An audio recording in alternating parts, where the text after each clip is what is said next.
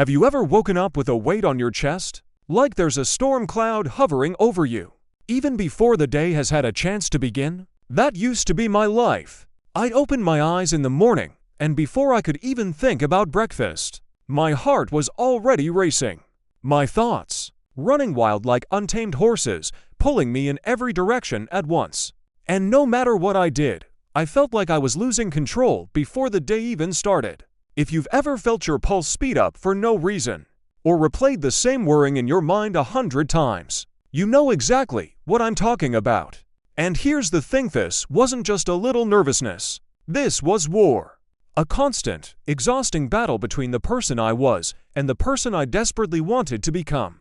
Back then, I believed emotions were something to control, to suppress, to hide away so nobody could see the chaos inside me.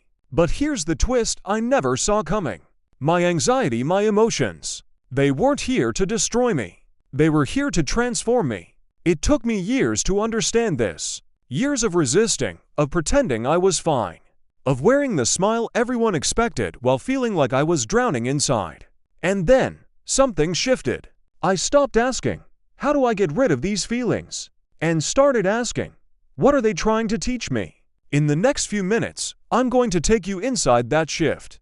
How I went from fearing my emotions to letting them shape the strongest, truest version of myself. And maybe, just maybe, be the end of this video, you'll start to see your own emotions in a way you never have before. Because what if the very thing you've been running from is the thing that could set you free? 1. Anxiety is a wake-up call. You know, for years, I thought anxiety was proof that something was broken inside me. That voice in my head kept saying, see, you can't handle life. Something's wrong with you.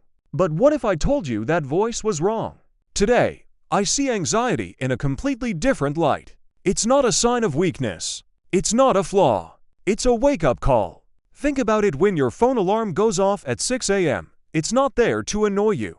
It's there to get your attention, to remind you that something important needs to happen. That's exactly what anxiety does. It's your body's way of saying, hey, something in your life is out of balance. We need to look at this. For me, those feelings showed up when I was pushing myself too hard, saying yes to everyone else and no to myself, ignoring what I really needed. And every time I brushed it off, it got louder, just like hitting snooze over and over until the alarm becomes unbearable. One day, instead of fighting it, I tried something different. I asked myself, what is this feeling trying to tell me? That one question changed everything. Suddenly, anxiety wasn't the enemy anymore, it was a messenger. It was guiding me toward the parts of my life I'd been avoiding. The conversations I was afraid to have. The boundaries I was too scared to set. The rest my body was begging for. And here's the crazy part: once I started listening, my anxiety didn't disappear. But it became lighter, more manageable. Because I wasn't just surviving it anymore, I was learning from it. So if you're feeling anxious right now, I want you to pause and ask yourself, is this a sign that something is wrong with me? Or is this a signal that something in my life needs my attention? The difference between those two perspectives might just change the way you live. 2. Emotions are not the enemy, they are a compass. You've probably heard it before. Don't be so emotional. Calm down, you're overreacting. Don't let your feelings get the best of you. For years, I believed those words. I treated my emotions like they were dangerous, like they were an enemy I needed to fight or lock away. And maybe you've done the same. But what if emotions aren't here to destroy us? What if they're here to guide us? Here's the truth I wish someone had told me sooner. Emotions are not flaws. They are a compass. Think about it: when you feel fear, it's not just random. Fear often points to something valuable you want to protect. Fear shows you what matters most. When you feel sadness, it's a signal that you've lost something important or that something in your life needs care. And when you feel anger, it's not just rage, it's your body's way of saying, hey, a boundary has been crossed. This isn't okay. Once I started looking at emotions like this, like signs on a map, everything changed. I stopped running from them. I started listening. Let me give you an example. A few years ago, I was offered a dream job on paper. It looked perfect. Great pay, amazing title, big opportunities. But I noticed something. Every time I thought about saying yes, my chest felt tight. My stomach knotted up. At first, I thought I was just nervous about change. But when I sat with it, I realized the fear wasn't about the challenge, it was about losing time with my family. That fear pointed me toward my real value, freedom, and presence with the people I love. That decision, I turned the job down, and it was one of the best choices I ever made. Here's the thing, your emotions are trying to tell you something every single day. When you ignore them, you drift off course. But when you listen, you can navigate toward a life that actually feels right for you. I'm not saying it's easy. Listening to your emotions takes practice. It means slowing down when the world tells you to keep rushing. It means asking questions like, why am I feeling this right now? What is this emotion protecting? What is it pointing me toward? And yes, it means being willing to feel uncomfortable for a little while, because growth lives on the other side of discomfort. So the next time you feel fear, sadness, or anger, I want you to pause. Instead of saying, ooh, I hate this feeling, try saying, okay, what are you trying to show me? It's a small shift in language, but it's a huge shift in life. Emotions are not your enemy. They are your internal GPS, your compass. And if you learn to follow them not blindly, but with curiosity, you'll find they lead you exactly where you need to go. 3. The power of slowing down. You know what I used to do when anxiety hit me? I sped up. I thought if I could just move faster, work harder, stay busier, maybe the feelings wouldn't catch me. It was like trying to outrun a shadow. No matter how fast I went, it was always right there. Maybe you've done this too. You pack your schedule so full, you barely have a second to breathe. Because deep down, you're afraid that if you slow down, the emotions you've been avoiding will finally catch up. But here's what I learned the hard way. When you're already overwhelmed, speeding up doesn't make you free. It makes you more trapped. The real breakthrough for me came when I did something that felt completely unnatural at the time. I slowed down, not just for a day or a weekend, but as a daily practice. I started small. 10 minutes of deep breathing in the morning before I touched my phone. A few minutes of meditation in the afternoon to check in with my body. Writing down whatever was on my mind every night before bed. No judgment, no filter, just letting my thoughts spill onto the page. And something amazing happened. The noise inside my head began to quiet down. Not because my problems disappeared, but because I was finally giving myself space to hear the truth underneath the chaos. It's funny, when the world gets quieter, your inner voice gets louder. I began to notice the pattern. My anxiety would spike after certain conversations, or how my mood would shift depending on what I ate, how I slept, or who I spent time with. I could actually feel my body telling me what it needed. Slowing down also gave me the courage to feel what I'd been running from: fear, sadness, frustration. And instead of those emotions overwhelming me, I realized they were passing waves, not permanent storms. Now, I'm not saying slowing down is easy. In a world that glorifies hustle and productivity, taking time to breathe can feel almost rebellious. But I want you to think about this. What if the very thing you're chasing is already trying to find you, but it can't catch up because you're moving too fast? I've learned that sometimes the fastest way forward is to pause, to listen, to be still. So here's my challenge for you.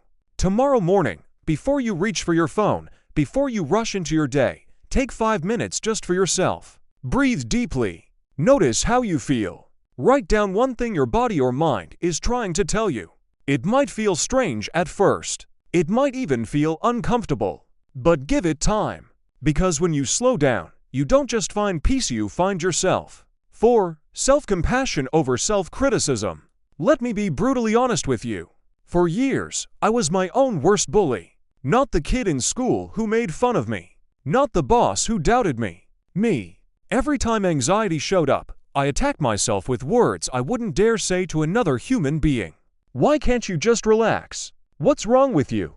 Other people have it worse. Stop being so weak. And here's the thing, when you talk to yourself like that long enough, you start to believe it. You start living in a constant state of shame, thinking you're broken beyond repair. But then, something shifted. One night, after another anxiety spiral, I caught myself mid-attack. And I thought, if my best friend came to me feeling this way, would I speak to them like this? Of course not. I'd probably hug them, listen, remind them they're not alone. So why couldn't I do that for myself? That night, I made a decision. I would replace my inner critic with an inner friend. It wasn't easy at first. The old voice was loud, familiar, automatic. But every time it whispered, "You're failing," I answered back, "You're trying." And that's enough right now.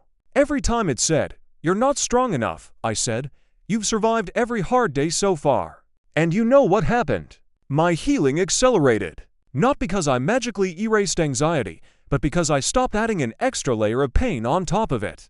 I wasn't fighting to battles anymore against the anxiety itself and won against my own judgment. Here's what I learned. Self-criticism doesn't motivate you, it paralyzes you. Self-compassion, on the other hand, doesn't mean you're letting yourself off the hook, it means you're giving yourself the strength to keep going. Think of it like this: if you're climbing a mountain and you slip, what's going to get you back up? Simeon screaming, "You idiot!" Or someone saying, "It's okay, take a breath, you've got this." And here's the most important part: self-compassion is a skill. You don't just have it or not have it, you practice it. You choose it every single day. So next time you feel yourself spiraling, I want you to pause and ask, if someone I loved felt this way, what would I say to them?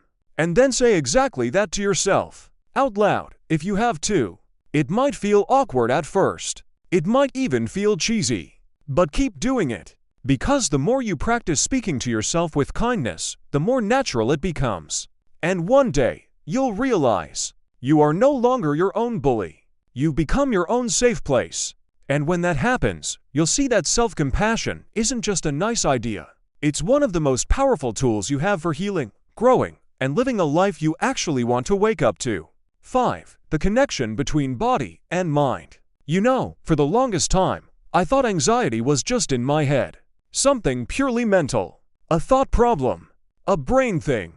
But here's the truth: I wish someone had told me earlier. Anxiety doesn't just live in your mind. It lives in your body. Think about it. That tightness in your shoulders. That shallow breathing you barely notice until you're lightheaded. That racing heartbeat, like you've just run a mile even though you're just sitting there. That's not your imagination. That's your body speaking. It's saying, something's off. We need to pay attention. For years, I ignored these signs. I'd tell myself, it's fine, just push through it. Mind over matter. But the more I ignored my body, the louder it screamed. The turning point came when I stopped trying to fix myself and started trying to connect with myself. I began practicing yoga not as some trendy workout, but as a way to reconnect with the signals my body was sending. I started going for slow walks, stretching in the morning, doing light exercise not to punish my body, but to befriend it. And something incredible happened. When I treated my body as an ally, my mind began to calm down. It's like this: your mind and body are in constant conversation. If your mind is stressed, your body reacts. And if your body is tense, your mind feels it. You can't separate the two. I remember one day, after a long yoga session, lying on the mat and realizing my chest felt open for the first time in months. My breath was deep and steady. My thoughts, softer, quieter. It hit me: this wasn't just about stretching muscles. I was stretching my capacity for peace. So many of us try to solve anxiety with thoughts, positive thinking, affirmations, mental tricks. And while those can help, they're only half the equation. The other half, moving your body, breathing fully, releasing the tension that's been sitting in you for years. I want you to ask yourself, when was the last time you listened to your body? Not judged it, not tried to change it, just listened. Your body keeps the score of every stress, every worry, every "I'll deal with it later" you've ever carried. And if you want to calm your mind, you have to help your body let go too. So here's my challenge to you tomorrow: spend 10 minutes doing something gentle for your body. Stretch, breathe, go for a slow walk. Not to burn calories, not to hit a goal, just to connect. Because when your body and mind are on the same team, that's when real healing begins. 6. Finding meaning in discomfort. For the longest time, I thought every panic attack, every sleepless night was proof I was failing.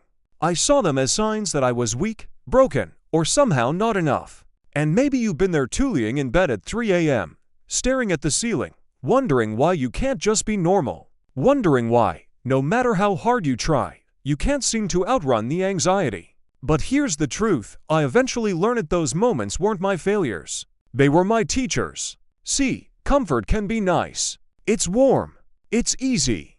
It feels safe. But comfort doesn't demand much from you. Comfort doesn't stretch you, challenge you, or make you dig deep to discover who you really are. Discomfort does. Every panic attack taught me how strong my breathing could be when I focused on it. Every sleepless night taught me how to sit with my thoughts instead of running from them. Every awkward, uncomfortable moment pushed me to find patience, resilience, and grace in ways I never had before. It's like this: if you only ever stay where it's comfortable, you'll never find out how much you're actually capable of. Think about a seed it has to break open in the dark before it can grow. Or think about muscles who don't build strength by keeping them still. You build it by putting them under pressure. Our minds and our spirits work the same way. Now, don't get me wrong, I'm not saying you should seek pain for the sake of pain. This isn't about glorifying struggle. It's about realizing that when discomfort shows opened, it can either be the thing that breaks you or the thing that builds you.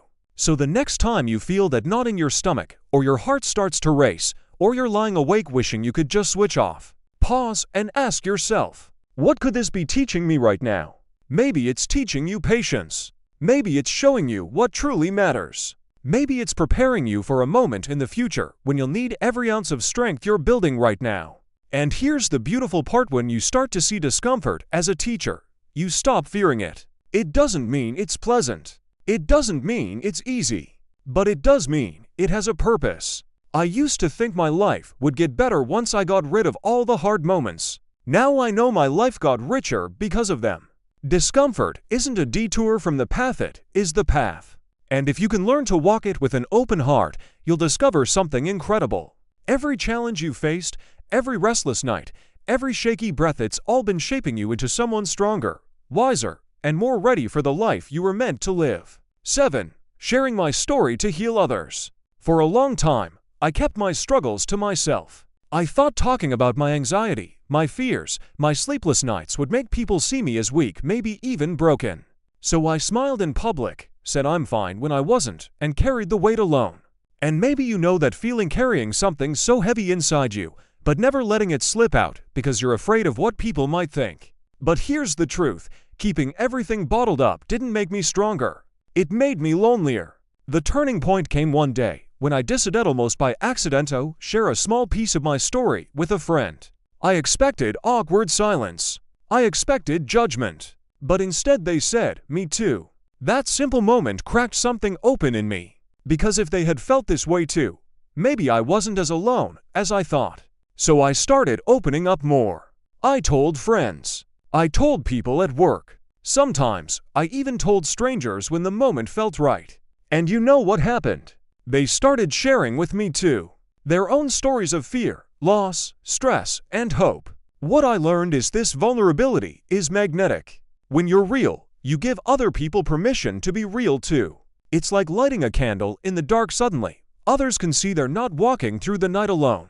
We live in a world that tells us to be strong by hiding our pain, by keeping our masks perfectly in place. But the older I get, the more I realize real strength is in taking that mask off. In saying, "This is me. This is what I'm going through.